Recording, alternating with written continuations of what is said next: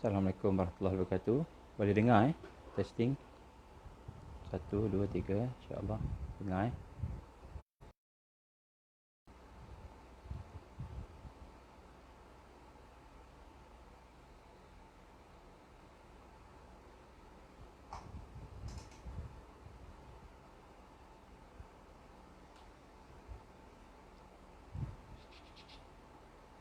Assalamualaikum. Dengar InsyaAllah. Ni connect.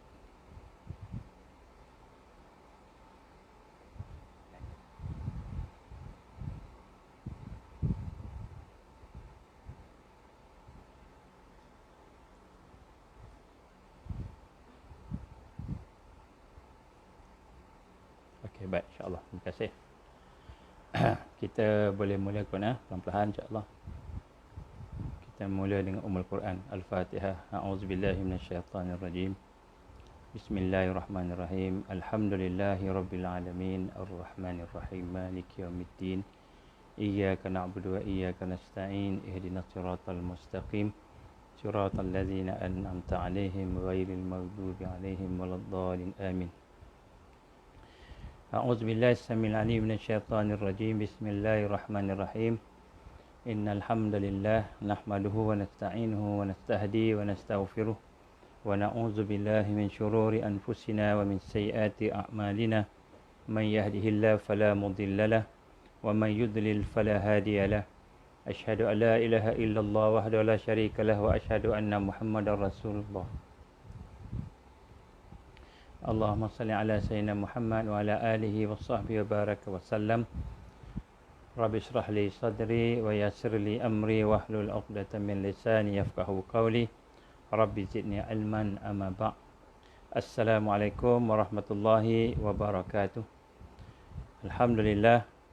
Pertama-tama marilah sama-sama kita memanjatkan rasa syukur kepada Allah Subhanahu taala kerana dengan keizinan Allah kita diberikan kesempatan pada malam ini untuk menyambung kuliah kita ataupun perkongsian kita dalam rangka untuk kita mengenal beberapa perkara yang penting yang sedang berlaku di dunia ini, iaitu antara perkara yang penting ialah bersangkut paut dengan sunnah ataupun kita kata perkara-perkara yang kita kata diramal, bukan diramal lah, kita kata disebut oleh Rasulullah sallallahu alaihi wasallam.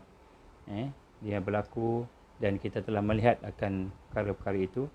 Jadi pada hari ini kita akan sambung daripada siri yang pertama berkenaan dengan misi utama Al-Masih Dajjal. Dan kita tahu bahawa Al-Masih Dajjal ini adalah merupakan fitnah yang paling besar, fitnah yang tidak ada lebih besar daripadanya, kata Rasul sallallahu alaihi wasallam, kerana dia menguasai seluruh. Dan kita telah pun berbincang pada siri yang lepas berkenaan dengan misi utama Al-Masih Dajjal dan tenteranya.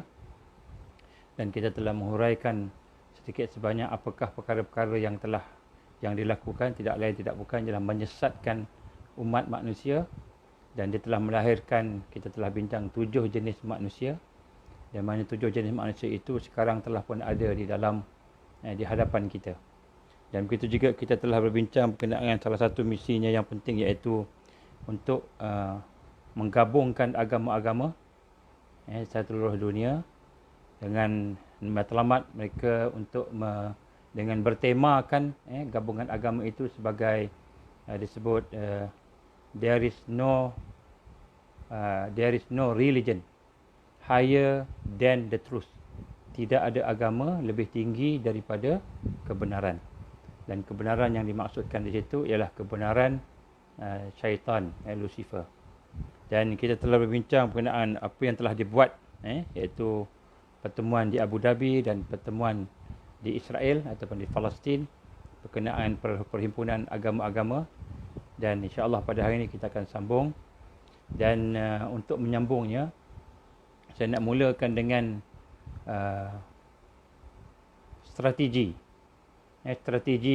keluarnya Al-Masih Dajjal, yang mana pada hari ini sebenarnya kita akan berbincang berkenaan dengan tajuk sunnah Rasulullah sallallahu alaihi wasallam sebagai solusi untuk kita berhadapan dengan misi utama Al-Masih Dajjal itu. Dan kita akan mulakan pada malam ini dengan kita akan membentangkan sedikit ringkasan. Kalau saya nak cerita dia punya fakta dia terlalu panjang. Jadi saya akan ringkaskan sahaja untuk kita dapatkan poin-poin supaya kita dapat gambaran. Apakah dia strategik ataupun kita kata misi yang strategik ataupun strategic mission kepada Al-Masih Dajjal kepada dunia ini. Kepada dunia ini untuk dia keluar. Jadi digambarkan oleh Rasul sallallahu alaihi wasallam Dajjal akan keluar sebagai pemimpin. Dia akan keluar sebagai raja. Dia akan keluar sebagai seorang yang diminati, idola. Dia akan keluar sebagai seorang yang disokong oleh semua orang. Dajjal akan keluar sebagai seorang yang membawa misi kebaikan, yang dinampak sebagai misi keamanan, misi kesatuan, perpaduan manusia. Dajjal akan dikenali sebagai orang yang kita kata yang terbaik di dunia. Sehingga dia tidak akan segan-segan pergi ke mana-mana sahaja mengaku sebagai raja dan akhirnya akan mengaku sebagai rasul dan kemudian akan mengaku sebagai Tuhan. Dan kita akan tengok sedikit beberapa strategik ataupun kita kata strategic mission, misi-misi strategik dia. Dia ada banyak tapi saya nak sebut 5 saja sebagai mukadimah pada malam ini. Ada 5 misi Al-Masih Dajjal untuk dia keluar. Dan perkara ni bila kita nampak telah berlaku, maka maknanya Dajjal tu dah nak keluar dah. Dia boleh keluar anytime. And anytime, dan kemudian lepas tu dia akan mulakan kuku besi dia. Bermula dengan muka manis dan sentiasa muka dia manis, dan akhirnya dia akan menggunakan kuku besi dia untuk Dajjal menguasai dunia. Sebagaimana gambarkan Rasul sallallahu alaihi wasallam, Dajjal akan pergi ke seluruh dunia dengan kelajuan seperti angin. Digambarkan Rasul sallallahu alaihi wasallam seperti angin. Dia akan pergi ke seluruh dunia dan kemudian selepas itu dia menguasai seluruh dunia. Digambarkan Rasul sallallahu alaihi wasallam Dajjal akan pergi ke seluruh dunia, tapi Al-Mahdi dia tak gambar pergi ke seluruh dunia, tapi Dajjal akan pergi ke seluruh dunia. Dan untuk dia pergi ke seluruh dunia, maknanya untuk dia mendapat sokongan dunia, maka strategi yang paling utama, misi dia untuk menyesatkan manusia tadi, yang paling utama ialah mestilah dia menyatukan dunia, menyatukan masyarakat dunia. Dia mesti menyatukan masyarakat dunia supaya masyarakat dunia ni tidak menentang dia, majoriti. Dan majoriti tidak menentang dia.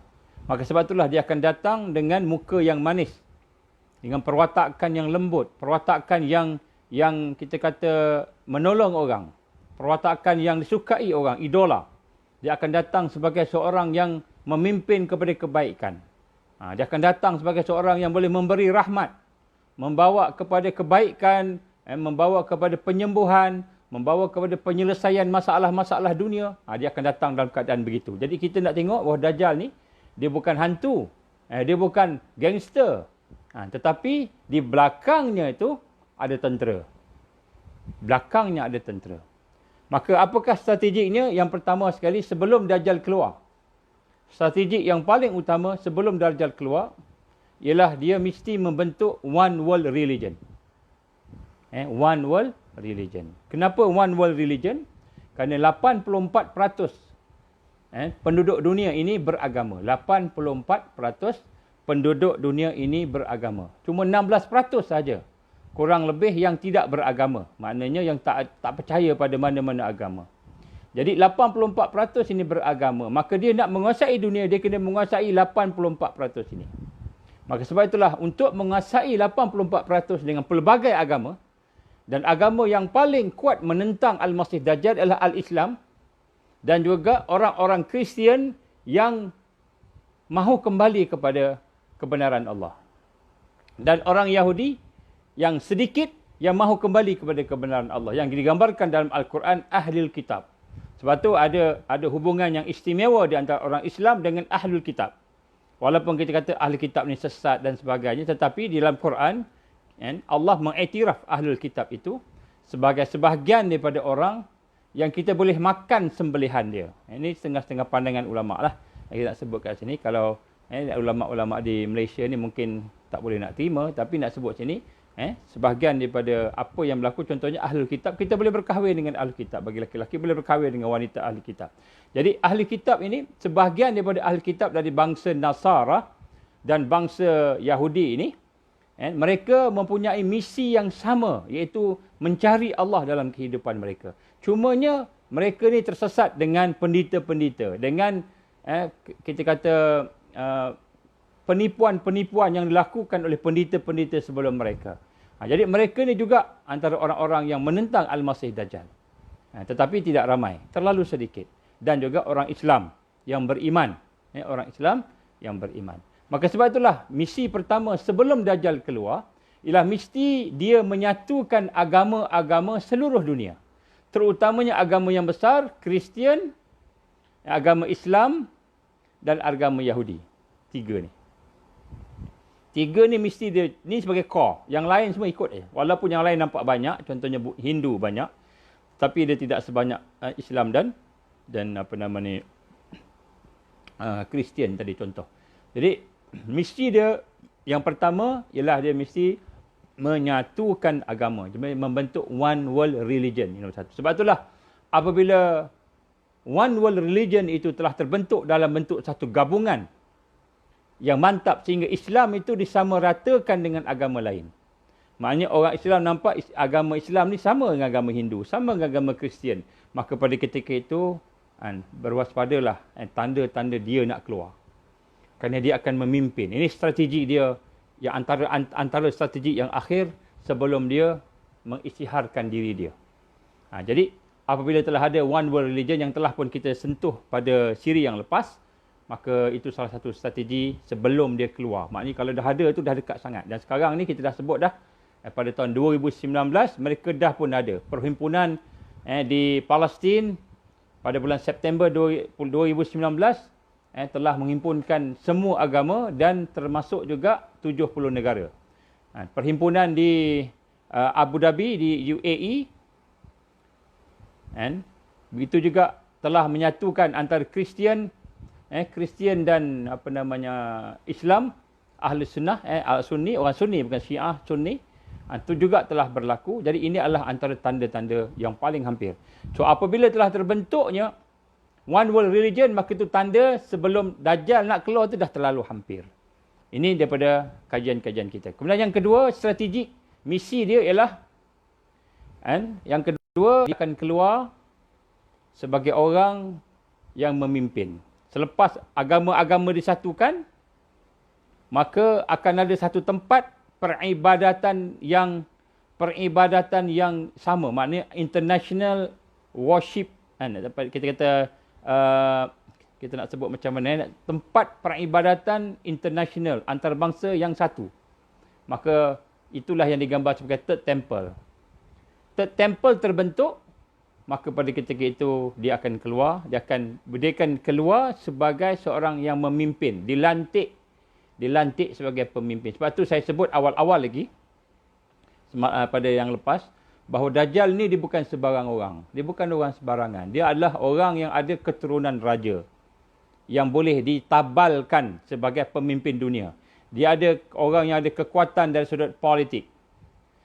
Maknanya dia boleh bercakap dari sudut aspek politik. Dia ada kekuatan dari sudut aspek kemanusiaan. Dia ada kekuatan dari sudut aspek ekonomi. Dia boleh membantu menyelesaikan masalah ekonomi dan masalah-masalah yang lain. Maka peringkat kedua selepas daripada one world religion adalah akan keluarnya tempat ibadah yang satu. Maknanya bila one world religion tu dah ada, agama digabungkan, tentulah mesti ada satu tempat di mana semua agama boleh bergabung, bersembahyang, beribadah di satu tempat.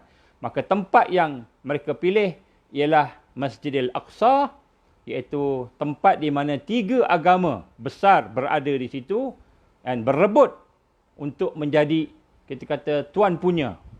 Maka dia kata untuk lebih adil, Masjidil Aqsa akan dijadikan sebagai tempat ibadah antarabangsa di mana semua agama boleh beribadah di situ.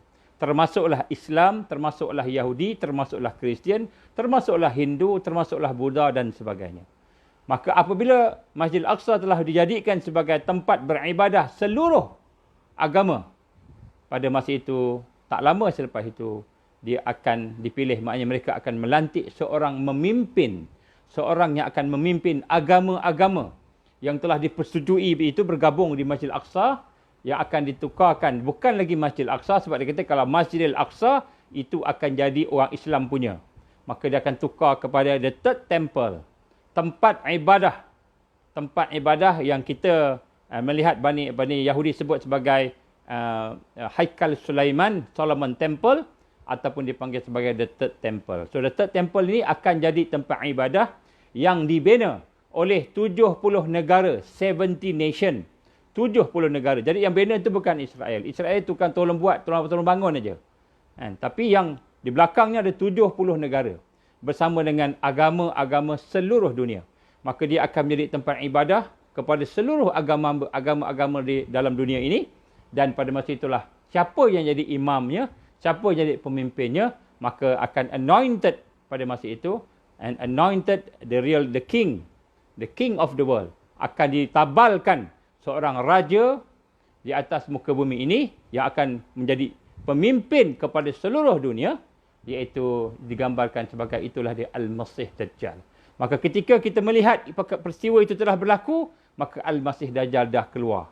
Maka bagi mereka yang dalam keadaan lemah, dalam keadaan tidak ada kekuatan, tidak bersama dengan kekuatan umat Islam, maka jadilah orang yang low profile.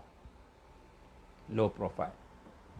Maka pada ketika itulah mereka akan membina temple tadi, dan akan bersatu di bawah satu temple. Dan akhirnya yang ketiga, setelah temple itu dibina, dia keluar dan kemudian dia akan menjadi the third, kita kata United Nation, maksudnya dunia, pertubuhan dunia. United Nation akan berpindah ke temple, the third temple ataupun Haikal Sulaiman. Ini adalah misi dia yang ketiga. Untuk menjadikan kepimpinan dunia, menjadi kepimpinan dunia itu adalah kepimpinan yang berada di Palestin, sama ada di atas runtuhan Masjid Al-Aqsa ataupun di sebelah Masjid Al-Aqsa. Sebab sekarang ni ada dua pandangan. Sama ada dibuat di atas runtuhan Masjid Al-Aqsa ataupun dibuat di sebelah Temple Mount. Yang digambarkan Temple Mount itu ialah Quba As-Sakhrah. Quba As-Sakhrah ni yang warna emas, Dome of the Rock. Dibuat kat situ. Jadi antara dua. Jadi di sinilah kita lihat, apabila telah berlaku begitu, maka kita akan melihat pengisytiharan raja kepada dunia. Iaitu pemimpin dunia. Kalau tuan-tuan tengok di majalah The Time, siapakah 100 orang pemimpin dunia yang paling terkenal, yang paling famous, yang paling maka tuan-tuan akan dapat hint-hint bahawa dia adalah antara mereka yang dijangka akan mengisytiharkan dirinya sebagai Al-Masih Dajjal. Kemudian selepas mereka berada di situ, sebab itulah sekarang ini tuan-tuan berlaku banyak perkara penting. Saya nak sebut sikit tentang realiti semasa. Pada 3 hari bulan November ini akan berlaku pemilihan Presiden Amerika. Pemilihan Presiden Amerika di antara Donald Trump dengan Biden. Jadi dalam pemilihan itu kita melihat bagaimana Donald Trump mendapat tentangan hebat daripada lawan dia, iaitu Biden. Dan kita jangkakan daripada apa yang digambarkan oleh para penganalisa tentang akhir zaman ini, maka akan berlaku satu peperangan besar. Maka dijangka Biden akan menang.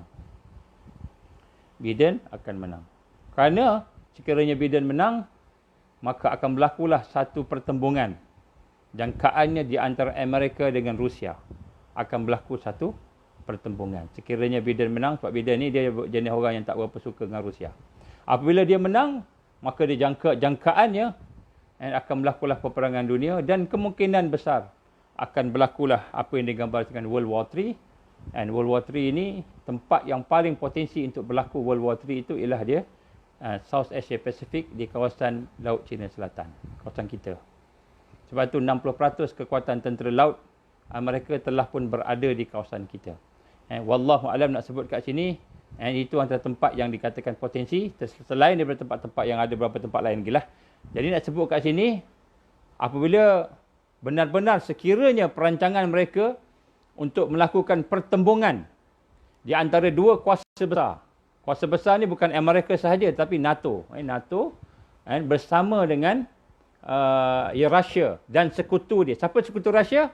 Iran dan China. Jadi Iran dan China dan Rusia akan menjadi satu blok. Satu blok. Dan kemudian pada masa itu adalah NATO akan bergabung, dan sekiranya berlaku itu, maka digambarkan kalaulah Allah izin berlaku begitu, kemungkinan besar berlaku peperangan nuklear. Dan sekiranya berlaku peperangan nuklear, maka apa yang digambarkan oleh Rasulullah sallallahu alaihi wasallam, ad-dukhan. Ad-dukhan. Kemungkinan ad-dukhan akan berlaku. Maka kita dah berbincang sedikit sebanyak dalam bulan Ramadan yang lepas tentang ad-dukhan. Persiapan ad-dukhan. Sebab kita kata ad-dukhan boleh datang dengan 4 sebab. Yang kita dah sebut dah. Salah satunya sebab peperangan dan peperangan nuklear. Sekiranya berlaku ad-dukhan, maka itulah salah satu tanda dia sudah mula mahu menguasai dunia. Maka sebab itulah digambarkan sini, perancangan strategik yang ketiga ialah dia mesti mencetuskan kerosakan seperti peperangan, kerosakan seperti penyebaran virus COVID-19 berkembang, gelombang 3, gelombang keempat, gelombang kedua, gelombang ketiga, ataupun ekonomi jatuh. Jadi dia mesti mencetuskan sesuatu supaya pemimpin-pemimpin dunia yang ada hari ini nampak seperti budak-budak dan kanak-kanak, tak boleh nak menyelesaikan masalah. Maka semua manusia akan tertumpu kepada dia. Maka dialah yang akan jadi pemimpin yang akan menyelesaikan masalah-masalah. Bila berperang, dialah yang akan jadi orang yang mengamankan peperangan. Bila berlaku kemarau, dialah akan menjadi orang yang membawa kemanusiaan, makanan ke tempat yang berlakunya kemarau dan bencana alam. Bila berlakunya masalah ekonomi dia merata tempat, maka dia akan menjadi orang yang memimpin, membawa semula, recharge semula ekonomi. Jadi dia akan menyatukan, ni strategi dia, misi dia yang ketiga, dia akan menyatukan manusia dengan kesusahan-kesusahan yang dia rancang, yang mereka rancang. Untuk supaya manusia melihat tidak ada orang dah lain boleh memimpin. Tidak ada orang lain yang boleh membawa manusia kepada keamanan, kepada kesejahteraan hidup, melainkan dia. Maka pada masa itu semua manusia berharap pada dia. Termasuk orang Islam. Termasuk orang Islam. Jadi bukan hanya dia menyatukan dari sudut agama-agama, dia menyatukan juga hati-hati manusia dari sudut keperluan hidup. Inilah perancangan dia. Sebab tu Rasul gambarkan sallallahu alaihi wasallam, contohnya dia akan datang membawa segunung roti. Dia akan membawa segunung roti. Dia pun boleh membawa sungai yang jernih airnya. Dia boleh membawa sungai api. Maka ulama-ulama gambarkan sungai api ni maknanya peperangan. Dia boleh padamkan api-api peperangan itu. Ataupun dia boleh cetuskan peperangan-peperangan di tempat yang dia nak cetuskan peperangan tersebut. Jadi strategi ketiganya ialah dia menggunakan keperitan, kesusahan, penderitaan manusia supaya manusia menghadap kepada dia, bertawajuh kepada dia, dan menjadikan dia sebagai harapan kepada seluruh yang ada. Maka ketika itulah dia akan mula membawa kepada strategi yang keempat, iaitu dia akan mula membawa penyelesaian. Yang ketiga tadi, dia menyatukan dengan kesusahan-kesusahan. Maka yang keempat, dia akan bawa penyelesaian. Contohnya, dia akan membina one economic power.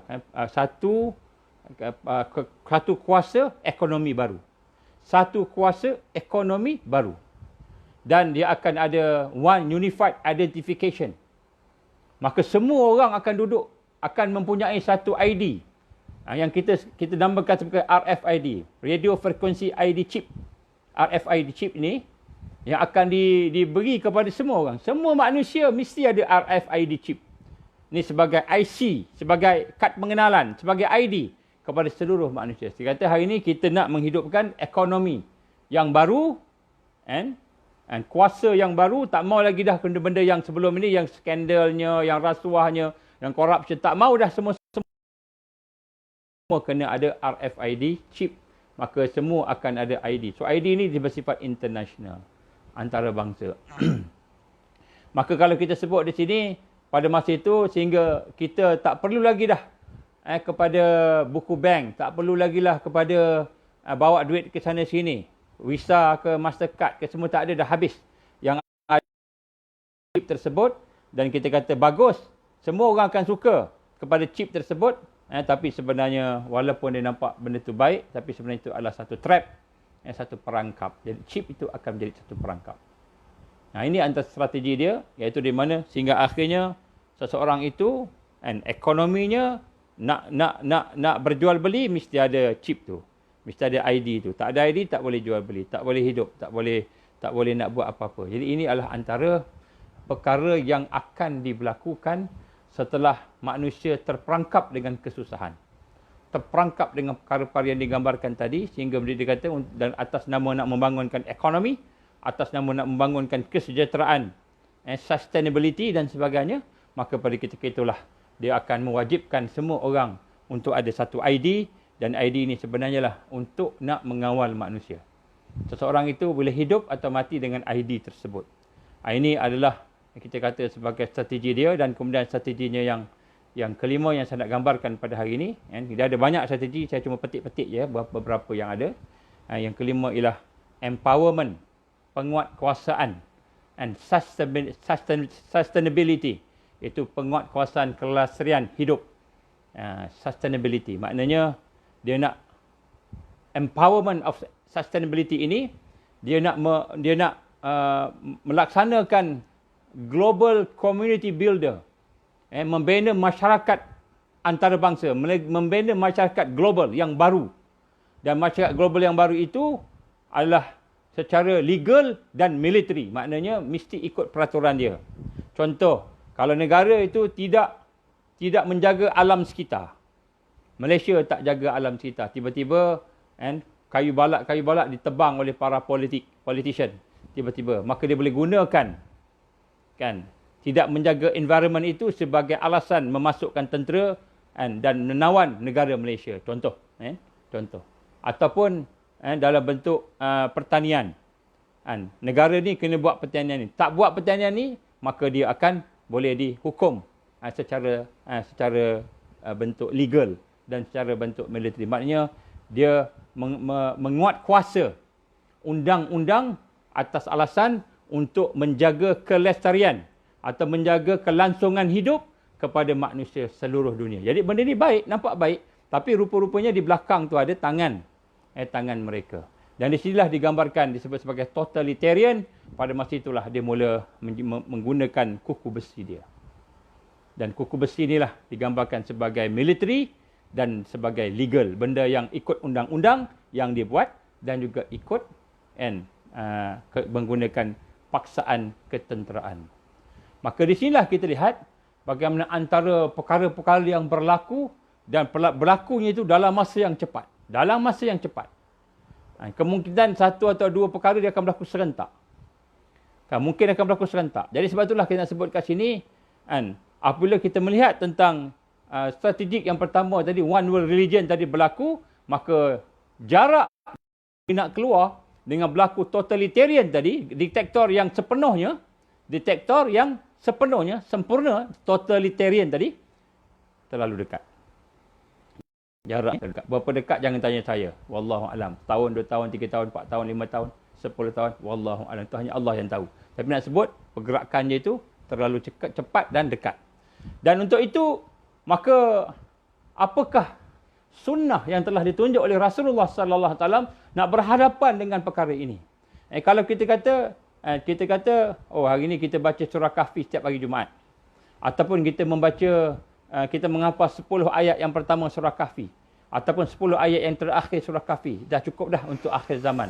Tak cukup tuan-tuan. Kerana surah Al-Kahfi itu untuk kita berhadapan dengan Dajjal. Kita bukan berhadapan dengan tentera dia. Bukan berhadapan dengan dia punya misi-misi dia. Dia punya perancangan jahat dia. Kerana perancangan jahat dia itu komprehensif. Secara menyeluruh. Secara menyeluruh. Kita berhadapan dengan secara sistem. Seluruhnya. Dia menguasai semuanya. Kalau saya nak bayangkan sini, menguasai semuanya. Jadi sebab itulah. Untuk kita membina kekuatan. Berhadapan dengan misi dia. Untuk menyesatkan manusia. Maka tidak lain kita kena kembali kepada sunnah Rasulullah sallallahu alaihi wasallam yang terbesar setelah orang Islam menerima Islam, setelah kita menerima dakwah, Setelah kita mendapat dakwah, kita masuk Islam. Setelah kita masuk Islam, maka sunnah yang paling besar hendaklah kita kembali kepada madrasah tarbiyah Rasulullah sallallahu alaihi wasallam. Kita kena kembali kepada macam mana dulu sistem Rasul sallallahu alaihi wasallam mendidik para sahabat sehingga para sahabat menjadi orang yang menjadi contoh kepada sepanjang zaman. Menjadi mereka yang kuat sepanjang zaman. Tidak ada orang yang lebih hebat, lebih kuat daripada, tidak ada generasi yang lebih hebat, lebih kuat daripada generasi para sahabat. Kerana mereka mendapat didikan, dapat tarbiyah daripada Rasulullah sallallahu alaihi wasallam secara langsung.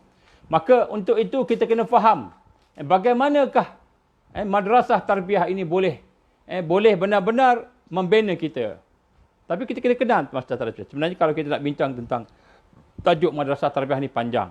Saya akan cuba fokus kepada persiapan akhir zaman. Baik, ada 3 perkara yang perlu untuk kita pastikan kita berlaku pada kita.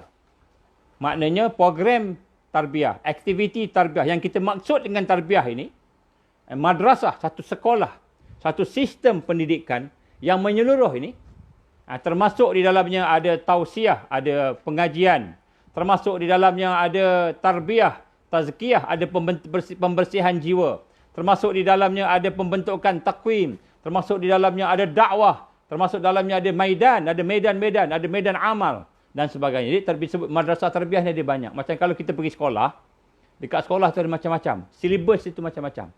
Ada lah yang mengajar, ada lab, makmal, ada yang latihan-latihan dalam bentuk latihan-latihan matematiknya, latihan-latihan penghafalannya. Jadi madrasah tarbiyah Rasul ni terlalu luas. Kalau kita bincang panjang. Cuma saya nak sebut kat sini apakah inti-intinya. Antaranya bila kita melalui proses tarbiyah Rasul sallallahu alaihi wasallamnya, antaranya ada 3 perkara besar yang mesti lahir daripada kita. Kita fokus pada 3 perkara besar ni. Untuk tarbiyah di akhir zaman. Yang pertama sekali, membina kekuatan jiwa dan juga pemikiran yang bersih. Jiwa dan akal, pemikiran yang bersih dan kuat. Ini nombor 1. Nombor 1, tarbiyah ini sebenarnya nak membina jiwa. Menyentuh jiwa yang macam mana? Yang bersih daripada syirik.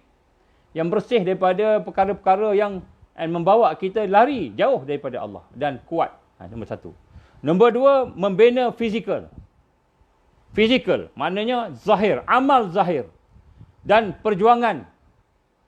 Fizikal dan perjuangan yang bersih. Maknanya amal yang bersih. Bukan sekadar beramal. Sebab hari ini akan ada orang beramal tetapi niatnya bukan lagi kerana Allah. Niatnya kerana dunia. Niatnya kerana takut Dajjal. Niatnya kerana ikut perintah Dajjal. Niatnya kerana bersama dengan Dajjal. Beramal. Dia beramal. Dia hafal Quran. Dia cerita pasal Quran. Dia berkata dia memperjuangkan Al-Quran. Tapi rupa-rupanya niat dia, hati dia, pemikiran dia dalam rangka nak mempertahankan sistem Dajjal. Kenapa? Takut pada Dajjal. Takut pada undang-undang Dajjal. Takut kepada ancaman Dajjal. Jadi yang kita masukkan di sini adalah membina amal fizikal, amal zahir. Perjuangan yang bersih. Yang bersih maknanya yang ditunjang oleh al-iman al-amik. Al-iman al-amik ni nombor 1 tadi, keimanan yang mendalam. Yang ditunjangi oleh tauhid. Mentauhidkan Allah Subhanahu Wa Taala, mengesahkan Allah. Ini amal. Amal yang lahir daripada kefahaman. Disebut al-fahmu ad-daqiq, kefahaman yang mendalam. Jadi tarbiyah melahirkan kefahaman yang mendalam dalam bentuk kita beramal, bukan cakap aja. Sebab hari ini ramai orang cakap dia tak boleh nak buat. Kemudian yang ketiga ialah dia melahirkan amal tadi, bukan sekadar amal fardi, bukan sekadar amal untuk diri sendiri, tetapi amal jama'i, amal secara bersama-sama, berkelompok. Sebab kata Rasul sallallahu alaihi wasallam, yang akan menang bukan seorang-seorang, yang akan menang ialah ta'ifah mansurah, kelompok-kelompok yang diberikan kemenangan, ta'ifah mansurah. Maka amal secara jama'i, perjuangan yang bersih. Yang bersih, maknanya yang bersih daripada syirik, yang bersih daripada khurafat dan bid'ah, yang bersih daripada segala perkara campur aduk di antara al-Islam dengan ghairal Islam, selain Islam. Sebab di akhir nanti kita nampak perjuangan orang berjuang Tetapi perjuangannya itu rupa-rupanya bercampur antara al-haq dan batil. Yang benar pun diambil, yang batil pun diambil. Dia kata aku Islam tapi rupa-rupanya dia makan gaji dengan Dajjal. Aku Islam tapi dia bergantung dengan sistem tentera Dajjal. Jadi perjuangan yang bersih. Perjuangan yang bersih berdasarkan kepada al-iman al-amik, iman yang mendalam, yang bersih tadi. Al-fahmu ad-daqiq berdasarkan kepada kefahaman yang mendalam tentang Islam dan juga berdasarkan kepada perjuangan itu bersih. Bila dua tadi bersih, maka lahirlah perjuangan yang bersih, perjuangan yang kuat. Inilah dipanggil amal qawi, perjuangan yang kuat. Amal yang kuat. Iaitu nak menyelesaikan masalah-masalah yang kita hadapi secara realistik. Sebab itulah tuan-tuan, tarbiyah nak melahirkan 3 perkara ni. Tarbiyah bukan ilmu saja. Tarbiyah bukan pembersihan jiwa je, berzikir je. Sampai kita kata zikir cukup dah. Tak, bukan hanya zikir saja. Bukan hanya berfikir saja. Tarbiyah bukan hanya sekadar kita kata duduk belajar saja. Kita pergi ke masjid, kita pergi kelas-kelas kuliah, kita dah belajar tiap-tiap hari belajar, cukup itu tarbiyah. Tarbiyah bukan hanya sekadar belajar, mencari ilmu. Tarbiyah bukan hanya sekadar berzikir. Bukan hanya sekadar kita beramal-amal fardi. Tarbiyah juga bukan hanya sekadar kita berfikir-fikir, berseronok-seronok dengan aktiviti dakwah. Tetapi tarbiyah sebenarnya ialah melahirkan 3 perkara. Yang pertama al-iman, yang hidup, kefahaman yang dilahirkan dalam bentuk amal. Dan ketiga, dia berjuang. Mereka yang tidak berjuang di akhir zaman pasti akan ditewaskan oleh Al-Masih Dajjal. Dan perjuangan itu bermula dengan bagaimana kita nak menyelamatkan diri kita, iman kita, akidah kita, keluarga, anak-anak kita, jiran-jiran kita, masyarakat kita, dan akhirnya nak menyelamatkan seluruh manusia. Jadi perjuangan itu sebahagian, sebab itu digambarkan sebagai Taifah Mansurah. Dia dijadikan sebagai contoh ke Rasulullah yang akan menang. Yang akan menang di akhir zaman ialah mereka yang bersama-sama dengan Taifah, kelompok yang diberikan kemenangan Mansurah. InsyaAllah kita akan bincang tajuk Taifah Mansurah kemudian. Yang disebut kat sini, ini 3 perkara. Yang melahirkan iman yang hidup, melahirkan amal Islami, melahirkan perjuangan yang benar. Maka tarbiyah, sistem madrasah tarbiyah Rasulullah SAW melahirkan sahabat-sahabat yang boleh bangun malam, boleh menangis dan bertaubat. Sahabat-sahabat yang boleh menyampaikan dakwah di siangnya, yang berjuang di siangnya, hidup dan mati bersama-sama dengan perjuangan. Inilah antara perkara-perkara yang digambarkan, hidup dengan kemenangan ataupun mati dengan kemuliaan. Hidup bersama kemenangan Islam atau mati dengan kemuliaan syahid fi sabilillah. Jadi madrasah tarbiyah Rasul sallallahu alaihi wasallam sebenarnya melahirkan hakikat manusia yang begini. Saya sebut macam ini nampak macam besar sangat, nampak susah sangat. Tidak, sebenarnya tak susah tuan-tuan, tak besar. Semua orang yang melihat dan mendengar dan perbincangan kita, perkongsian kita pada hari ini, semua saudara-saudara, tuan-tuan, puan-puan, semua yang ada pada malam ini dan juga mereka yang akan mendengar selepas ini adalah orang yang terpilih untuk mendengar apa yang saya nak sampaikan. Dan apa yang saya nak sampaikan ini bukan hanya sekadar kita kata ceramah-ceramah biasa, tapi sebenarnya saya nak mengajak diri saya dan diri tuan-tuan sekalian untuk sama-sama kita membina diri kita supaya selamat di akhir zaman. Bukan hanya sekadar kita nak bagi tazkirah. Tazkirah ni dah banyak sangat tazkirah. Khutbah dah banyak sangat khutbah. Buku kitab-kitab pun dah banyak sangat. Maka saya nak bayangkan di sini sebagaimana yang Allah firmankan contohnya, sunnah pertahanan. Sunnah pertahanan. Dan juga silah ni apa, senjata. Di perjuangan di akhir zaman. Sebagaimana yang Allah sebut dalam surah Ibrahim. Allah firmankan dalam surah Ibrahim ayat 13. Wa qala. Saya minta maaf dekat sini dia ada berlaku.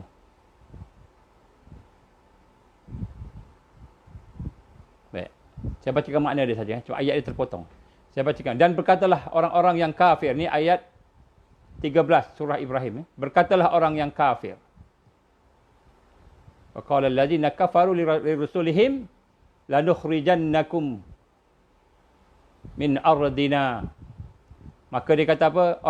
Berkatalah orang-orang yang kafir itu kepada rasul mereka. Ini Dajjal akan beritahu pada orang beriman. Dajjal akan beritahu kepada kita. Tentera dia akan beritahu kepada orang beriman. Wahai manusia, yang menjadi pengganas, dia kata. Wahai manusia yang tak bersama dengan kami dalam gabungan-gabungan kami. Demi sesungguhnya, ini saya bacakan dalam konteks kita hari ini. Demi sesungguhnya, kata Allah firman, kami akan mengeluarkan kamu dari negeri kami. Nampak? Dia kata kami, iaitu orang kafir tadi berkata, akan mengeluarkan kamu dari negeri kami, akan halau kamu. Maknanya, kita lihat, mereka akan rampas tanah, rampas rumah. Dia akan rampas harta. Mengeluarkan kamu daripada negeri kami. Dia kata, ni kami punya negeri. Ni dunia ni dah jadi kami punya dunia. Kamu ni tak ada dah. Tak ada tempat di atas muka bumi ni.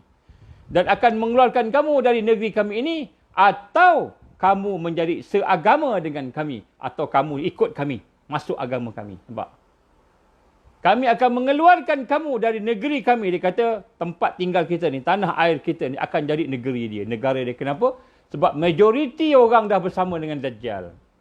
Majoriti orang dah bersama dengan Dajjal, maka dia kata kalau kamu tak bersama dengan agama kami, tak ikut apa yang kami nak, kami buat sekarang ini, maka kami akan keluarkan kamu daripada negeri ini. Keluarkan maknanya apa? Tanah dirampas, harta dirampas, semua dirampas. Termasuk hatta nyawa juga akan dicabut, dirampas. Tuan-tuan, puan-puan rahmat Allah SWT, apa yang Allah maksudkan di sini? Dia maksudkan orang Islam akan dihancurkan. Inilah yang digambarkan oleh Allah Subhanahu Wa Taala berlaku kepada mereka yang tertindas yang beriman tadi, kepada rasul-rasul Allah Subhanahu Wa Taala. Maka fa'auha ilaihim, maka Allah mewahyukan kepada rasul-rasulnya. Apa Allah sebut kepada orang beriman? Ini pada zaman rasul dulu ada wahyu, zaman kita tak ada wahyu dah, tapi tak sebut. Allah sebut. Bila orang cakap macam itu kepada kita, bila tentera Dajjal cakap begitu, kamu tak ikut agama kami, diguna agama, Allah sebut agama. Kamu tak ikut agama kami, maka kami akan halau kamu daripada tempat ini. Kamu kena keluar. Rampas semua. Kita ada chip tadi. Nama kita di-delete, kad penalan kita di-delete, harta kita di-delete, bank kita semua di-delete, habis, akaun semua habis, tak ada. Kosong, tak ada apa dah. Jadi kita tidak ada ownership langsung. Maka dia kata, Allah pun mewahyukan fa'auha ilaihim rabbuhum.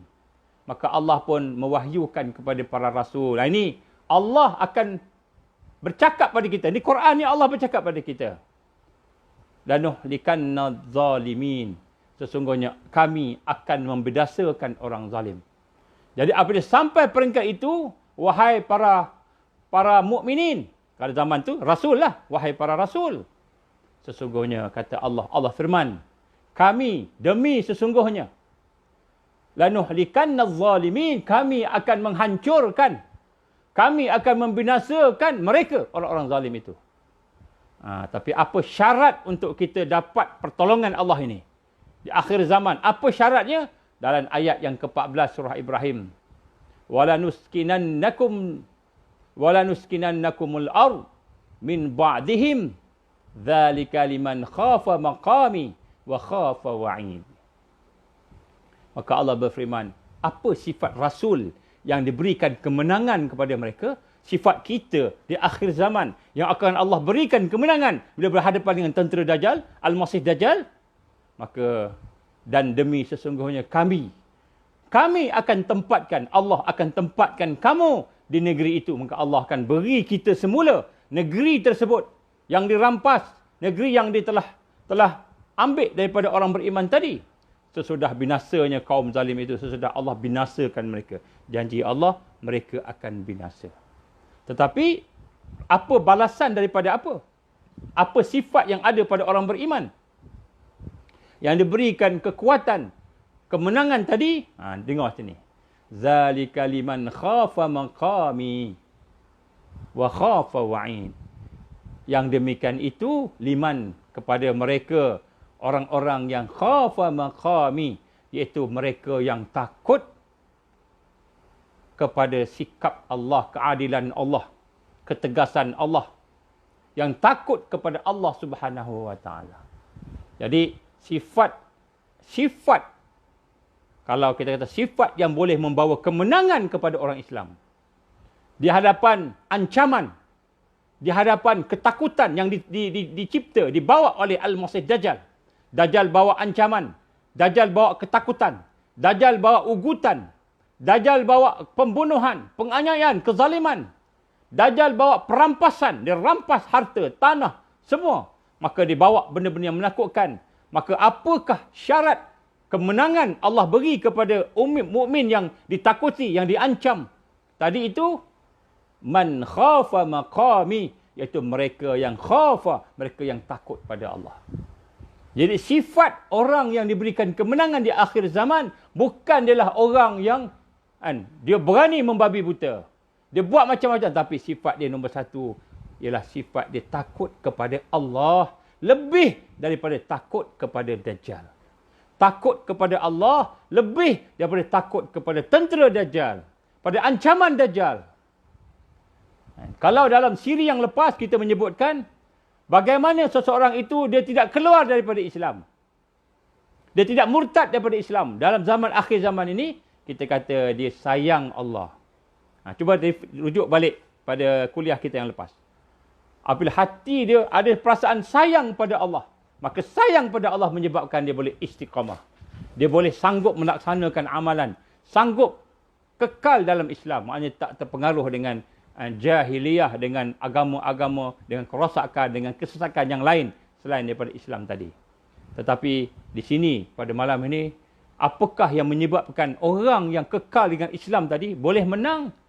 Kerana dia tak takut dengan Dajjal, tak takut dengan tentera-tentera Dajjal, tak takut dengan ancaman, celaan, tidak takut dengan makhluk, tetapi dia takut kepada Allah. Allah gambarkan hanya orang yang takut pada kemurkaan Allah, keadilan Allah, takut kepada kekuasaan Allah tadi, maka merekalah yang akan diberikan kemenangan oleh Allah Subhanahu Wa Taala. Maka sifat Allah yang maha tegas, sifat Allah yang maha menegakkan kemenangan, maka dia akan takut kepada kemurkaan Allah. Dia takut kepada janji-janji azab Allah. Wa khafa wa'id. Berbimbangkan janji-janji azab Allah sekiranya dia keluar daripada Islam, keluar daripada jalan yang lurus tadi, maka itulah yang merupakan pada syarat kemenangan yang diberikan Allah kepada orang di akhir zaman.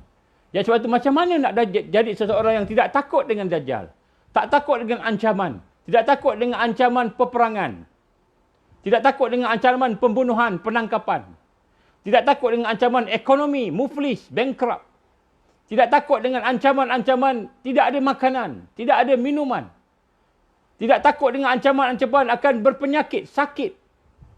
Macam mana nak berhadapan dengan ketakutan demi ketakutan, azab demi azab yang nampak, bencana demi bencana yang ada di hadapan orang-orang yang beriman tadi di akhir zaman, ialah apabila ketakutan dia kepada murka Allah, ketakutan dia kepada azab Allah lebih daripada ketakutan dia kepada makhluk yang ada di depan dia. Maka apabila ketakutan itu melebihi daripada ketakutan ancaman-ancaman Dajjal, ancaman-ancaman dunia yang dicabut daripada dia oleh tentera-tentera Dajjal contoh tadi, dia merasakan Allah lebih kuat daripada mereka. Allah yang izinkan perkara itu berlaku. Dia merasai kekuatan tadi, maka ketakutan kepada Allah, ketakutan kepada azab Allah, murka Allah tadi akan menjadi luar biasa. Akhirnya dia boleh mengalahkan tentera-tentera Dajjal dan perancangan jahat mereka. Maka bagaimana kita nak dapatkan kekuatan ini? Kita tak boleh dapat kekuatan ini melainkan kita patah balik semula kepada proses madrasah tarbiyah Rasulullah sallallahu alaihi wasallam. Kita kena patah balik membentuk diri kita, iman kita, membentuk kekuatan diri kita. Bukan hanya sekadar kita dengar ceramah, tetapi kita kena memahami akan hakikat-hakikat proses tarbiyah Rasulullah sallallahu alaihi wasallam. Macam mana sahabat-sahabat dibentuk, bagaimana sahabat-sahabat dididik. Kita kena faham semula bagaimana mereka mengamalkan Al-Quran, hidup bersama Al-Quran, mengamalkan zikrullah, tafakkur, mengamalkan kehidupan sebagai muamalah sebagai orang Islam yang beriman. Bagaimana sahabat-sahabat boleh melaksanakan tersebut? Dia tak boleh melaksanakan itu melainkan mereka telah duduk di dalam sekolah pendidikan Rasulullah sallallahu alaihi wasallam. Ini yang dimasukkan sebagai sunnah yang paling besar. Sebab tu nak berhadapan dengan ancaman-ancaman yang digambarkan tadi, dengan peperangan dunia ketiga, dengan ad-dukhan, ancaman-ancaman ekonomi yang runtuh, ancaman-ancaman mungkin tak ada makanan yang sedikit, ancaman-ancaman kita kata minuman, kesihatan, penyakit yang melanda. Kita tak ada ubat, sakit, ubat ada pada Dajjal contoh. Maka pada ketika itu kekuatan iman yang melahirkan keberanian tadi, rupa-rupanya bila kita takut pada Allah, murka Allah, takut pada azab Allah, janji Allah, murka Allah tadi, maka dia akan menjadikan seseorang itu berani berhadapan dengan ancaman-ancaman tadi. Ini perkara yang nak digambarkan. Jadi sebab itulah pada malam ni kita nak tengok sedikit bagaimana yang digambarkan, dia tulis ataupun digambarkan oleh Imam Ahmad Ibnu Athaillah.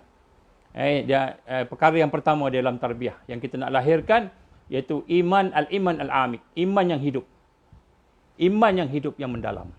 Maka berkata Imam Ahmad Ibnu Athaillah rahimahullah, ini salah satu poin saja. Banyak lagi, salah satu nak sebut sini. Jadilah kamu dengan sifat-sifat ketuhanan itu bergantung. Yang pertama, dia kata jadilah kamu seorang yang bergantung, yang hati dia, pemikiran dia bergantung kepada sifat Allah. Bergantung pada sifat Allah. Dan dengan sifat-sifat kehambaan, dengan sifat kehambaan kamu menzahirkan dalam kehidupan kamu. Maksudnya sifat kehambaan ini kita zahirkan dalam hidup kita. Tapi hati dan pemikiran kita terikat dengan kita kata sifat-sifat Allah. Jadi sebab itulah matlamat sunnah proses tarbiyah. Saya bukan sebut program tarbiyah. Saya tak sebut program tarbiyah, aktiviti tarbiyah. Saya tak sebut proses. Macam mana tarbiyah itu diproses. Macam mana tarbiyah itu berjalan, meningkatkan seseorang. Jadi matlamat sunnah dalam proses tarbiyah Rasulullah sallallahu alaihi wasallam, yang pertama, agar hati kita bergantung dengan sifat-sifat Allah. Sifat-sifat rububiyah Allah, ketuhanan Allah. Dan fizikal kita menzahirkan sifat-sifat perhambaan. Maksudnya fizikal kita, amal zahir kita ni melahirkan sifat-sifat kita menghambakan diri kepada Allah Subhanahu Wa Taala. Tunduk, menyerah dan patuh sepenuhnya kepada Allah Subhanahu Wa Taala. Seterusnya, setelah hati kita bergantung pada sifat Allah dan kemudian fizikal kita lahir sebagai hamba Allah, maka akan lahirlah kekuatan yang sebenar. Akan lahirlah kekuatan yang sebenar.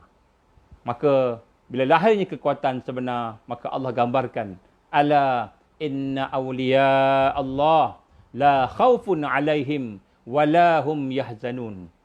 Bahkan sesungguhnya awliya Allah, mereka yang mendapat bantuan Allah, mereka yang menjadi penolong Allah, menjadi penolong agama Allah, la khawfun alaihim, mereka yang menjadi wali Allah, la khawfun alaihim, tidak ada ketakutan kepada mereka, walahum yahzanun, dan tidak ada kesedihan kepada mereka. Jadi macam mana tidak ada ketakutan? Macam mana tidak ada kesedihan? Yang pertama, sifat-sifat Allah berada dalam hati dia. Dia mengenal Allah sehingga sifat-sifat Allah itu tertanam di dalam hati dia sehingga menyebabkan tidak ada la khaufun alaihim, tidak ada ketakutan pada dia. Datanglah Al-Masih Dajjal dengan ancamannya. Datanglah ancaman ekonomi, ancaman penyakit, ancaman makanan, ancaman kehilangan harta dan sebagainya. Datanglah ancaman. La khaufun alaihim. Tidak ada ketakutan pada dia. Walahum yahzanun. Dan tidak pula dia bersedih. Dia tidak bersedih. Kenapa? Kerana hati dia, fikiran dia bergantung kepada sifat-sifat Allah Subhanahu Wa Taala. Jadi mengikut Imam Ahmad Ibnu Athaillah dalam kitab Al-Hikam, dia kata apa?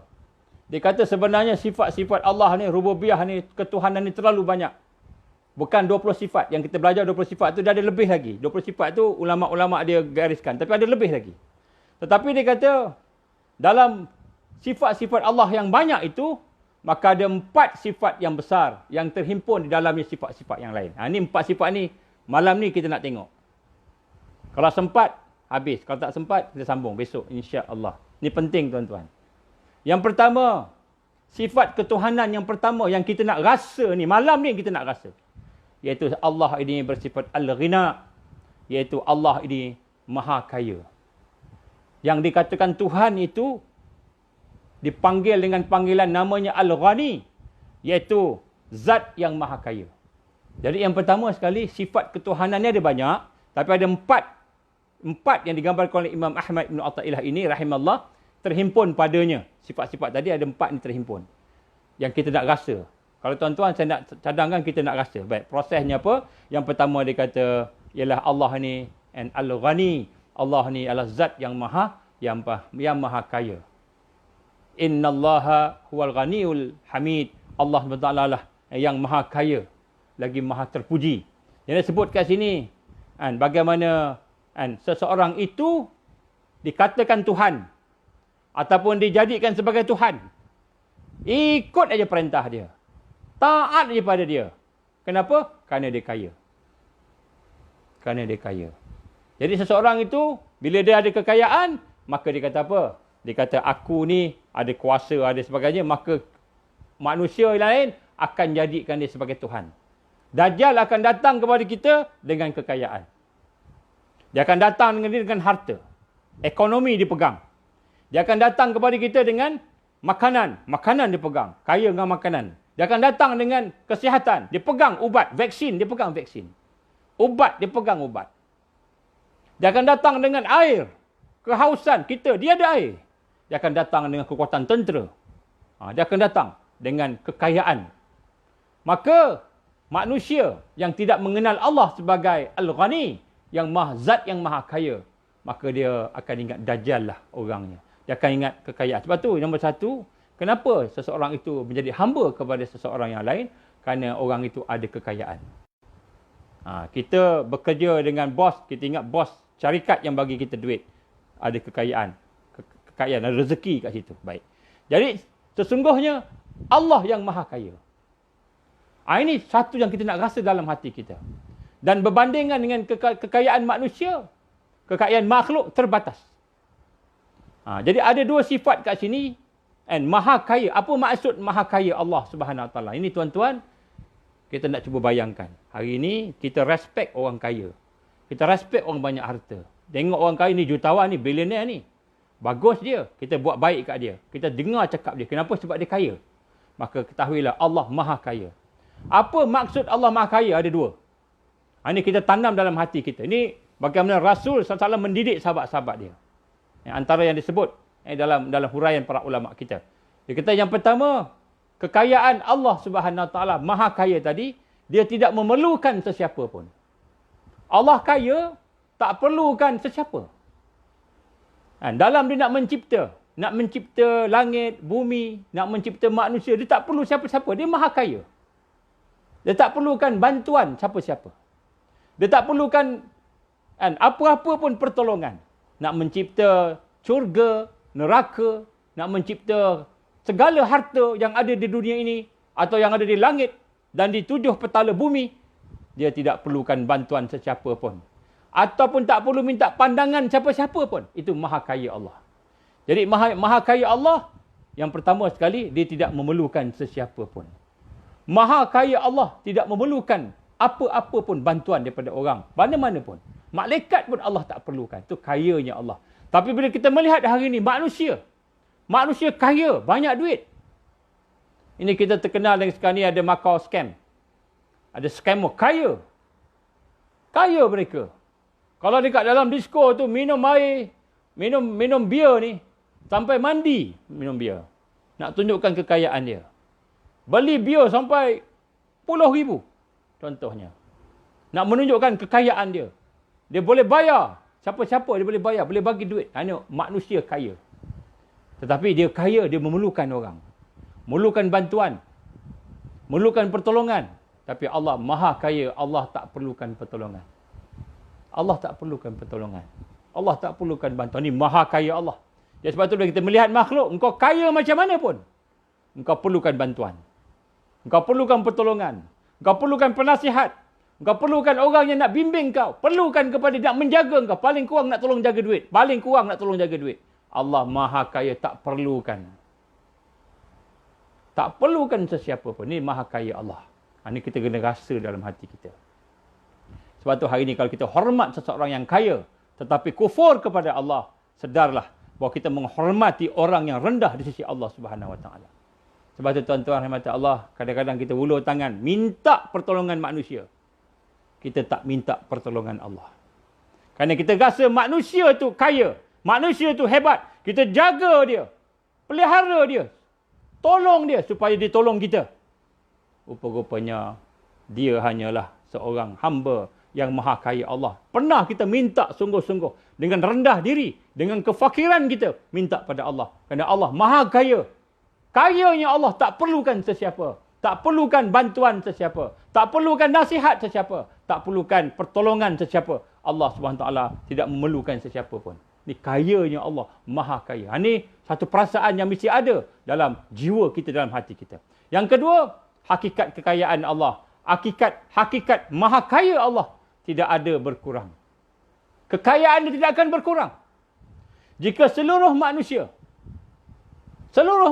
sepanjang zaman daripada Adam sampai ke hari manusia yang terakhir, seisi dunia, malahan seluruh makhluk, semua binatang, semua tumbuh-tumbuhan, semua malaikat, semua alam maya ini, sepanjang zaman minta pada Allah, minta satu doa, dua doa, 1000 doa, minta pada Allah, maka dan Allah beri kepada setiap yang meminta.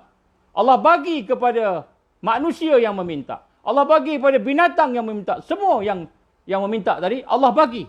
Sekiranya seluruh manusia, seisi dunia, seluruh makhluk, seluruh alam meminta dan diberi oleh Allah permintaan, semua Allah bagi, maka semua permintaan itu tidak sedikit pun mempengaruhi, mengesani kekayaan Allah Subhanahu Wa Taala. Ini hakikat maha kaya Allah. Maha kaya Allah, dia bagi kepada orang. Dia bagi. Semua dia bagi. Kekayaan dia tidak akan berkurang. Kekayaan Allah tidak akan berkurang. Perbendaharaan Allah tidak akan berkurang. Maka semua permintaan makhluknya dipenuhi. Tidak akan berpengaruh ke atas perbendaharaan Allah Subhanahu Wa Taala. Ini maha kaya. Allah maha kaya. Tapi kita hari ini tengok orang yang paling kaya. Bagi. Tapi kita masih menyanjungi, mengagungkan makhluk yang kaya tadi. Kita terlupa Allah yang maha kaya. Sebab tu kita minta pada Allah. Minta dalam keadaan kita rasa kita dah kaya. Kita rasa kita dah ada. Sedangkan yang ada pada kita ni pun Allah yang bagi. Ini sifat yang pertama. Sifat al-ghina ataupun disebut sebagai al-ghani. Al-ghani ni apa? Zat yang maha kaya. Ini seorang yang beriman diproses oleh Rasul sallallahu alaihi wasallam sehingga mempunyai sifat al-ghani, sifat fakir, rasa memerlukan Allah. Kita sembahyang. Allahu akbar. Kita tak rasa kita sedang menghadap Tuhan Rabb yang maha kaya. Kita tak rasa. Sebab tu kita baca doa minta main-main je, minta macam gitu je. Kita tak ada rasa kita ni fakir, memerlukan Allah, tak rasa. Ini tarbiyah. Tarbiyah Rasul sallallahu alaihi wasallam membina kekuatan sahabat-sahabat yang merasai kekayaan Allah. Allah nak bagi apa yang dia nak bagi. Allah cabut apa yang dia nak cabut. Kita ingat, ada manusia yang lebih kaya, maka hati kita minta kat manusia. Hati kita tunduk pada manusia. Hati kita tunduk kepada dunia. Sedangkan semua itu fakir, yang kaya hanyalah Allah. Yang kedua, sifat ketuhanan yang kita nak kena faham pada malam ini ialah disebut al-izzu. Al-izzu, iaitu kemuliaan. Nak sebut kat sini sifat ketuhanan, sifat Rabb yang mesti ada dalam hati kita untuk berhadapan dengan Al-Masih Dajjal, untuk berhadapan dengan, kita kata, fitnah akhir zaman ini, ialah kita nak rasa Allah Al-Izzu. Allah ini maha mulia. Allah ini maha mulia. Walillahil izzatu jami'a. Dan sesungguhnya pada Allah itulah, bagi Allah itulah seluruh kemuliaan ada kepada Allah. Tuan-tuan, macam mana digambarkan maha mulia Allah ini? Tuan-tuan rahmat Allah, kenapa seseorang tadi mulia? Seorang raja disanjung, diagungkan, disebut daulat tuanku, disebut tuanku, patik. Kita agungkan raja. Kita agungkan bos kita. Kita sebut tuan. Kita sebut yang mulia. Kita sebut seorang ini yang mulia. Yang teramat mulia. Kita panggil mulia. Tuan-tuan, kemuliaan manusia bergantung kepada siapa yang muliakan dia. Kalau dia seorang bos, anak-anak buah dia muliakan dia, maka bos tu jadi mulia. Cuba anak buah dia semua tak respect dia, tak jadi mulia. Seorang raja, dia mulia sebab rakyat dia memuliakan dia. Kalau rakyat tak respect dia, dia tidak akan jadi mulia. Dia jalan pergi mana-mana, orang buat tak layan, buat tak tahu je. Saya minta maaf saya sebut kat sini. Ada negeri-negeri yang minta rakyat membaca doa untuk raja. Baca doa pada hari Jumaat, tiba-tiba bila sebut tentang raja, letak tangan. Tak mau doakan untuk raja, tak mau memuliakan raja. Kenapa? Sebab dia tidak memuliakan raja. Baik. Manusia, dia mulia dengan sebab orang memuliakan dia. Tetapi bagi Allah, ini sebut maha mulia. Allah ni Al-Izzu, Al-Aziz, zat yang maha mulia. Maka bagi Allah kemuliaan seluruhnya, sedikit pun tidak tertinggal. Semuanya milik Allah. Dan kemuliaan Allah tidak bergantung kepada tunduknya, patuhnya manusia kepada dia. Mulia Allah ni tak bergantung pada kita kena muliakan dia. Kita kena patuh dia, kita kena taat pada dia. Tapi kemuliaan Allah itu ialah kemuliaan yang hakiki. Sekiranya seluruh alam ini, katalah seluruh manusia, sepanjang zaman daripada Adam sampailah ke hari kiamat, seluruh manusia, katakanlah mempunyai hati sebagaimana Abu Jahal. Hati sebagaimana Abu Jahal. Sedikit pun tidak akan mengurangkan kemuliaan Allah Subhanahu wa taala. Ini nak sebut bahawa kemuliaan Allah tidak bergantung dengan kita. Kita hari ini membesarkan manusia, membesarkan pembesar-pembesar dunia, membesarkan pemimpin-pemimpin dunia, membesarkan raja-raja dunia tanpa melihat kebesaran, kemuliaan yang ada pada Allah Subhanahu wa taala. Kita membesarkan manusia lebih daripada kita membesarkan Allah Subhanahu wa taala. Mereka yang membesarkan makhluk lebih, yang memuliakan makhluk lebih daripada Allah. Datang Dajjal, datang tentera Dajjal, maka hati dia tidak akan dapat membesarkan Allah, akan melihat makhluk yang ada ke hadapannya. Sebab itu tarbiyah nak melatih kita, memproses kita merasakan bahawa diri kita hina di hadapan Allah. Diri kita zalilun di hadapan Allah. Diri kita ni hina di hadapan Allah. Ya, sebab itu nak sebut kat sini, kemuliaan Allah bukan macam kemuliaan manusia. Manusia mulia bila ada orang memuji dia, bila ada orang sanjung dia, bila ada orang meletakkan dia tempat yang tinggi, maka mulialah dia. Kemuliaan manusia dengan sebab ada gelaran Datuk, Datuk Seri, Tan Sri, ataupun dengan sebab ada pangkat, dengan sebab ada sesuatu daripada dunia, kemuliaan manusia. Tapi kemuliaan Allah tidak ada berbanding dengan kemuliaan manusia tadi. Kemuliaan manusia, kalau ada orang sanjung dia, baru dia mulia. Sebab dia asal hina. Tetapi kemuliaan Allah, seluruh makhluk tidak menyembah dia, tidak memuliakan dia, dia tetap mulia. Hakikat dia tetap mulia. Kerana dia lah zat yang maha mulia, yang telah menjadikan segala-galanya, yang mencipta segala-galanya. Maka sini Al-Izzu, bila kita sembahyang, bila kita salat, kita angkat takbir, Allahu Akbar, adakah kita rasa diri kita kerdil, diri kita kecil, diri kita hina di hadapan Allah? Kita rasa tak kemuliaan Allah? Kita rasa tak keagungan Allah? Allahu Akbar. Bila kita kata Allah Maha Besar, kita rasa tak kehebatan Allah, kebesaran Allah, kemuliaan Allah? Kita tak rasa. Kenapa kita tak rasa? Kerana kita masih lagi merasai kemuliaan makhluk dalam diri kita. Hati kita masih nampak makhluk, masih lagi mengagungkan makhluk. Kita nampak Datuk ni, Datuk Seri ni, kita nampak Tan Sri ni, kita nampak pangkat ni, bos ni, kita nampak dia ni orang besar. Kita tak nampak Allah yang maha mulia, Al-Aziz, Allah yang maha mulia, Al-Akbar, Allah yang maha mulia, Al-Azim, Allah yang maha agung.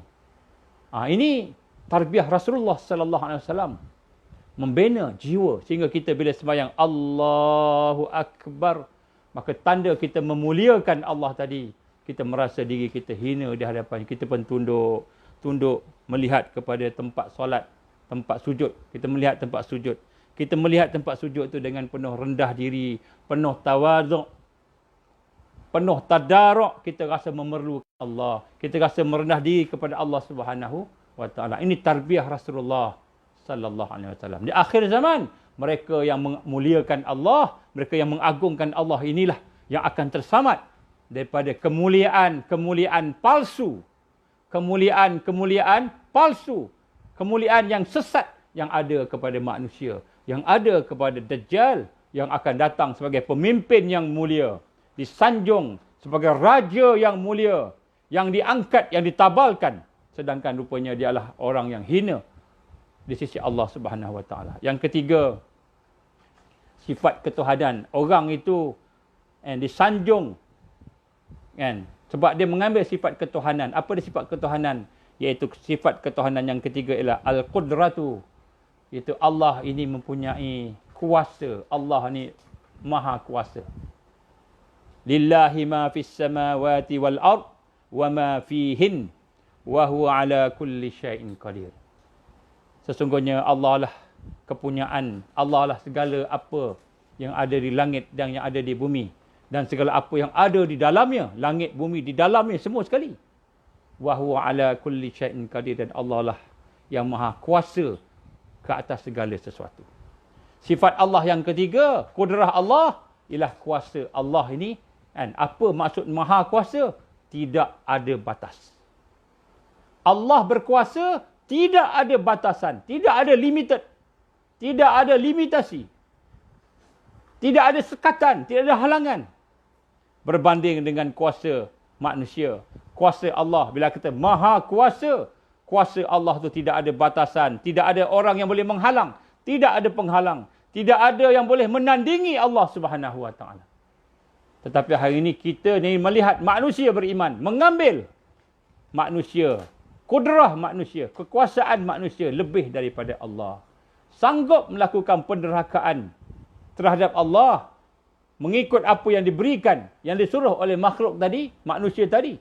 Buat maksiat, buat mungkar, buat jahat, bunuh orang, pukul orang, bunuh orang. Buat macam-macam. Kerana mengikut kehendak manusia yang digambarkannya berkuasa. Manusia yang digambarkan dia ada kuasa. Ikut saja. Bos kata apa, buat saja. Kenapa? Kerana dia lupa bahawa di hadapan dia ada Rabb, ada Tuhan yang maha kuasa Al-Qudrat. Jadi Allah SWT Allah merupakan mempunyai kuasa. Dan kuasa Allah tidak ada batas. Jadi dalam tarbiyah Rasul sallallahu alaihi wasallam, sahabat-sahabat dididik. Sebab tu dia tak takut nak lawan Rom, tak takut lawan Rom. Lawan Parsi, tak takut lawan Parsi. Tak takut dengan mereka yang mempunyai kuasa di Mekah. Kafir musyrikin. Yang mempunyai kuasa. Abu Sufyan pada masa itu masih lagi kufur. Abu Jahal, Abu Lahab masih lagi kufur. Kufur pada masa itu. Menyiksa sahabat-sahabat. Sumayyah dibunuh. Yasir dibunuh. Sebab mereka dikuasa. Ketika keluarga Yasir ditahan. Ketika ditahan, Yasir diseksa. Sumayyah diseksa. Ammar, anak dia diseksa. Maka datang Abu Bakar. Abu Bakar datang. Nak beli keluarga ni. Datang sahabat-sahabat yang ada kaya. Kumpul duit. Beli. Nak beli ni hamba. Nak beli. Maka apa kata tuan dia? Aku bukan nak jual hamba aku ni. Tapi aku nak seksa di depan halayak ramai. Supaya menjadi pengajaran. Bahawa akulah tuan dia. Aku yang ada kuasa ke atas dia. Aku boleh bagi dia makan. Aku boleh bagi dia lapar. Aku boleh bagi dia senang. Aku boleh pukul dia sampai mati. Maka manusia-manusia yang lain di hadapan kita di akhir zaman akan melihat kuasa. Kuasa inilah yang boleh menentukan orang ni hidup dengan aman atau hidup dengan ketakutan. Hidup dengan kesejahteraan atau hidup dalam penjara, ditangkap masuk penjara. Hidup dalam kesihatan, keamanan, hidup dalam ketakutan, diseksa, dibunuh. Jadi apabila seseorang tu memahami al-qudrah Allah ini Al-Qudratu. Allah ini yang maha berkuasa. Dia proses, dia tarbiyah diri dia. Dia mengenal Allah. Maka kuasa Allah tidak ada batasan. Kuasa Allah tidak ada halangan. Kuasa Allah SWT tidak ada yang boleh tanding dia. Maka pada ketika itu, bila terkena sesuatu pada dia, dia tahu berlaku dengan izin Allah. Berlaku dengan izin Allah. Allah izin benda itu berlaku. Bukan sebab Allah Subhanahu Wa Taala tak berkuasa nak tolong dia. Dia orang beriman. Tapi dengan izin Allah. Allah izin perkara berlaku. Maka ketika itu dia menyerahkan diri dia kepada Allah. Orang yang memahami akan hakikat ini, maka dia akan menjadi orang yang paling kuat di dunia. Kerana dia tak takut dengan kuasa makhluk yang melawan kuasa Allah. Siapa engkau nak lawan Allah? Allah yang maha berkuasa. Siapa engkau nak mencabar Allah Subhanahu Wa Taala yang maha berkuasa? Maka jadilah seorang yang beriman itu, apabila dia sembahyang, Allahu Akbar. Bukan sahaja tadaruk, merasa memerlukan Allah. Bukan sahaja dia tunduk, tawaduk. Dia rendah diri pada Allah. Tetapi bila kata berkuasa, dia menyerahkan seluruh hidup daripada Allah. Inna salati wa nusuki wa mahyaya wa mamati lillahi rabbil alamin. Sesungguhnya salat aku, sembahyang aku, inna salati wa nusuki, penumpuan hidup aku, objektif aku, matlamat aku. Wa mahyaya, kehidupan aku, wa mamati, mati aku, lillahi rabbil alamin, hanya untuk Allah Subhanahu Wa Taala, kerana dialah yang maha berkuasa. Kalau aku hidup, Allah bagi aku hidup.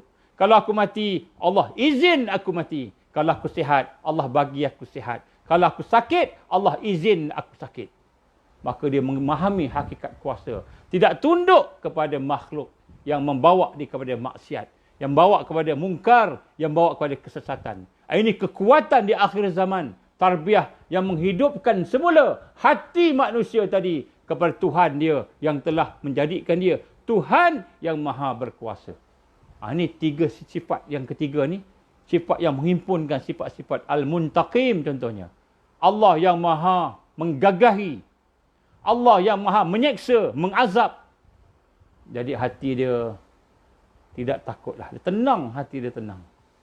Hati dia tenang. Yang keempat ialah Al-Quwwatu. Sifat Allah yang maha kuat. Tadi tu kuasa. Kuasa ni maknanya ada authority. Ada kuasa, ada authority. Yang ini kuat. And Allah mempunyai kekuatan. Innallaha qawiyyun aziz. Sesungguhnya Allah itu maha kuat. Lagi maha mulia. Dia bukan saja kuat, tapi Allah maha mulia. Hari ini kuat, tapi tak mulia. And hina. Dah lah kuat pun tidak kuat betul, tapi hina pula. Maka Allah mempunyai kekuatan. Apakah tanda Allah maha kuat ini? Al-Qawi. Allah ni maha kuat. Tanda Allah maha kuat. Apa yang Allah nak, semua berlaku. Allah SWT berkuasa, mempunyai kekuatan untuk menjalankan, untuk melaksanakan, untuk membuat apa yang dia kehendaki. Segala yang dia nak akan berlaku. Segala yang Allah nak akan berlaku. Kalau Allah Subhanahu Wa Taala mengkehendaki api menjadi sejuk, menjadi dingin, bardan wa salaman. Ketika Nabi Ibrahim alaihissalam dicampak dalam api, api sifatnya membakar, menghanguskan, sifatnya menghancurkan. Allah nak bardan wa salaman, dia kata. Allah perintahkan api sejuk dan sejahtera kepada Nabi Ibrahim alaihissalam. Api yang hebat, marak, yang panas tadi. Nabi Ibrahim duduk dalam api, dalam keadaan sejuk, dalam keadaan bahagia. Tidak ada cacat, tidak ada cela. Inilah digambarkan sebagai quwwatu. Allah bila nak buat sesuatu, dia maha kuat. Pisau boleh menyembelih, pisau boleh memotong. Tiba-tiba apabila Nabi Ibrahim alaihissalam mau menyembelih anaknya Ismail, tiba-tiba pisau tu tak lut. Si pisau tu tak potong. Dah lalu dah tak potong. Pisau jadi tumpul. Sedangkan pisau tu sebelumnya telah diasah. Dan kemudian setelah tumpul, Nabi Ismail kata apa? Tolong ayah cuba tengok. Batu boleh putus dua, tetapi leher tak terbelah. Pisau tajam dengan kehendak kekuatan Allah, pisau menjadi tumpul. Maka sekiranya Dajjal datang dengan tenteranya, dengan ancamannya, dengan ketakutan yang dia bawa, dengan penderitaan yang dia bawa, yang kita nampak seperti dia bawa, hakikatnya Allah Subhanahu Wa Taala yang mengizinkan. Allah yang mengizinkan berlaku perkara tersebut.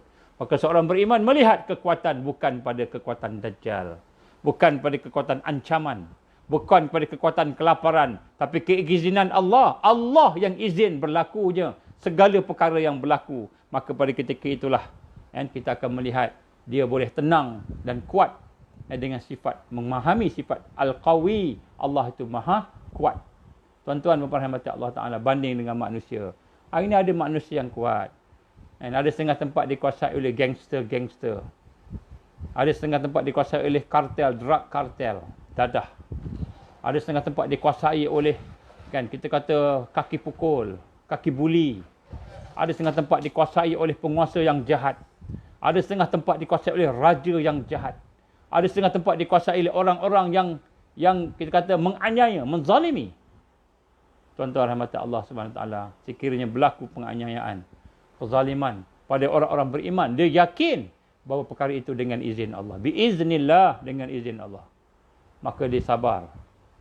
Sebab dia tahu kalau Allah nak hancurkan, nak habiskan orang yang ada di hadapan dia, tak perlu pun apa-apa, dia akan hancur. Tetapi Allah izin datang kesusahan supaya orang beriman itu boleh sabar, boleh diuji, kesabarannya itu terbukti.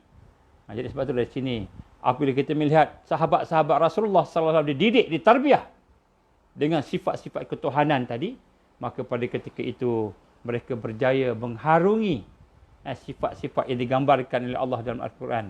Ala inna awliya Allah, inna awliya Allah la khawfun alaihim walahum yahzanun.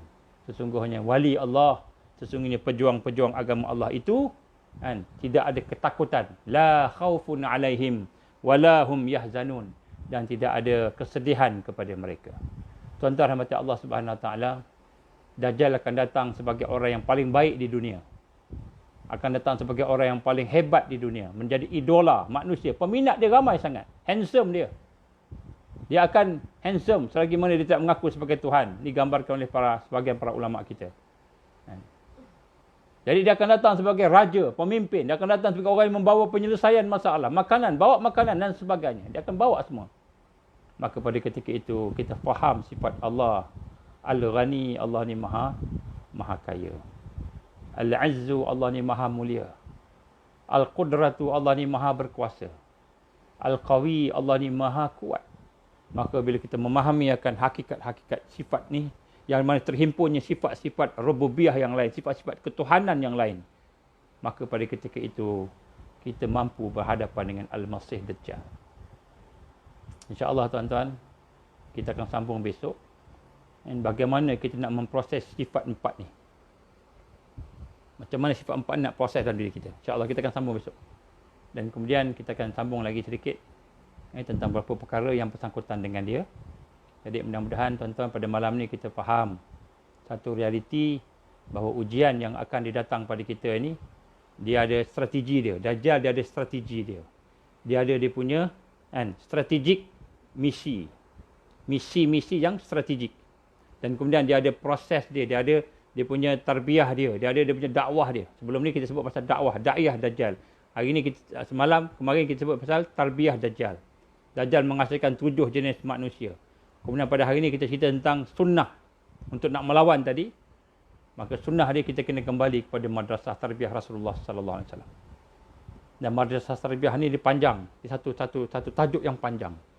Tapi saya cuba ringkaskan pada malam ni. Dia melahirkan orang yang macam mana? Sunnah ni melahirkan orang yang pertama yang hatinya, fikirannya bersih. Bersih daripada syirik, bersih daripada kekotoran, kesesatan, dan kemudian kuat. Bersih dan kuat. Maksudnya pure, satu yang pure, yang bersih. Kemudian yang kedua, dia melahirkan seseorang yang boleh beramal secara zahir, fizikalnya beramal dengan Islam.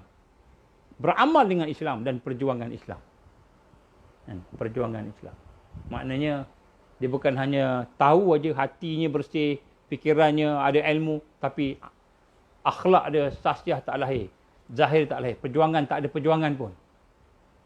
Yang ketiga, perjuangan itu bukan hanya perjuangan yang main-main, perjuangan seorang-seorang, perjuangan itu perjuangan cara bersama-sama, jama'i. Kerana Rasul gambarkan tarbiyah itu melahirkan taifah mansurah, melahirkan kelompok yang akan menang. Dia bukan melahirkan individu-individu, dia melahirkan kelompok yang akan menang. Maka kita kena bergabung dengan mereka yang mendapat barakah daripada Allah, mendapat rahmat daripada Allah, mereka yang mendapat hidayah daripada Allah Subhanahu Wa Taala. Itu disebut al-mahdiyin, mereka yang mendapat hidayah. Al-mahdiyin maksudnya mereka yang mendapat petunjuk, yang mendapat hidayah daripada Allah Subhanahu Wa Taala. Maka kita kena bergabung.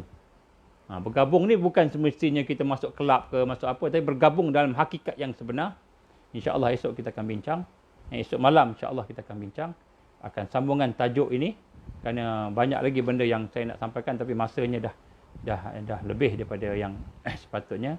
Saya minta maaf tuan-tuan, puan-puan, tolonglah insyaAllah dengar elok-elok apa yang saya sampaikan. Dan kau boleh tolonglah sampaikan kepada anak-anak kita.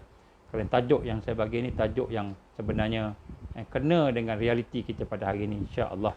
Jadi mudah-mudahan kita akan mendapat kebaikan dan barakah daripada apa yang sama-sama kita bincangkan ini, insya-Allah, sehingga Allah memberikan taufik kepada kita untuk mengamalkan apa yang kita tahu, insya-Allah. Aku li qouli hadza astaghfirullahalazim li wa lakum. Kita baca doa rabitah, insya-Allah.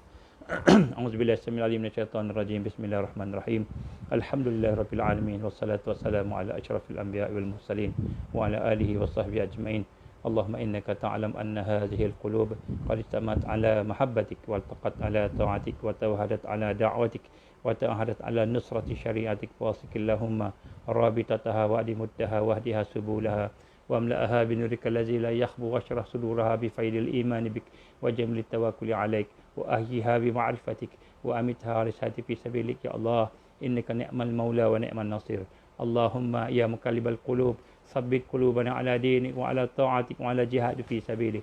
La ilaha illa anta subhanaka inna kunna minaz zalimin. Ya hayyu ya qayyum bi rahmatika nastaghis. Ya hayyu ya qayyum bi rahmatika nastaghis. Ya hayyu ya qayyum bi rahmatika nastaghis. Ya Allah, Allahumma ja'alna minal mu'minina haqqan. Allahumma ja'alna minal muttaqina haqqan. Allahumma ja'alna minal muhsinina haqqan. Allahumma ja'alna minal muqarrabin. Allahumma ja'alna minal wasilin. Allahumma ja'alna minal muhibbin. Allahumma ja'alna minal arifin. Allahumma ja'alna minas siddiqin wasyuhada'i wassalihin. Allahumma ja'alna minal mahdiyin. Rabbana la tuzigh qulubana ba'da idh hadaytana wa hab lana min ladunka rahmah innaka antal wahhab. Rabbana hab lana min azwajina wa dhurriyyatina qurrata a'yun waj'alna lil muttaqina imaman. Rabbana atmim lana nurana waghfir lana innaka ala kulli syai'in qadir. Rabbana zalamna anfusana wa illam taghfir lana wa tarhamna lanakunanna minal khasirin. Rabbana ighfir lana dhunubana wa israfana fi amrina wa sabbit aqdamana wansurna 'alal qaumil kafirin. Allahumma inna na'udzubika min azabi jahannam. Allahumma inna na'udzubika min azabil qabr. Allahumma inna na'udzubika min fitnatil mahya wal mamat. Allahumma inna na'udzubika min fitnatil masiihid dajjal. Allahumma inna na'udzubika minal ma'sam wal maghram. Allahumma inna na'udzubika min an nusyrika bika syai'an na'lam wa nastaghfiruka lima la na'lam. Rabbana atina fid dunya hasanah wa fil akhirati hasanatan wa qina azaban nar. Wa sallallahu alaihi wasallam Muhammad wa ala alihi wa sahbihi wa baraka wa sallam. Subhana rabbika rabbil izzati amma yasifun. Wassalamu alal mursalin walhamdulillahi rabbil alamin. Subhanakallahumma wa bihamdika asyhadu an la ilaha illa anta astaghfiruka wa atubu ilaik. Bismillahirrahmanirrahim. Wal 'asr innal insana lafi khusr illa allazina amanu wa 'amilus solihat wa tawasaw bil haqqi wa tawasaw bis sabr. Wabillahi taufiq wal hidayah. Assalamualaikum warahmatullahi wabarakatuh.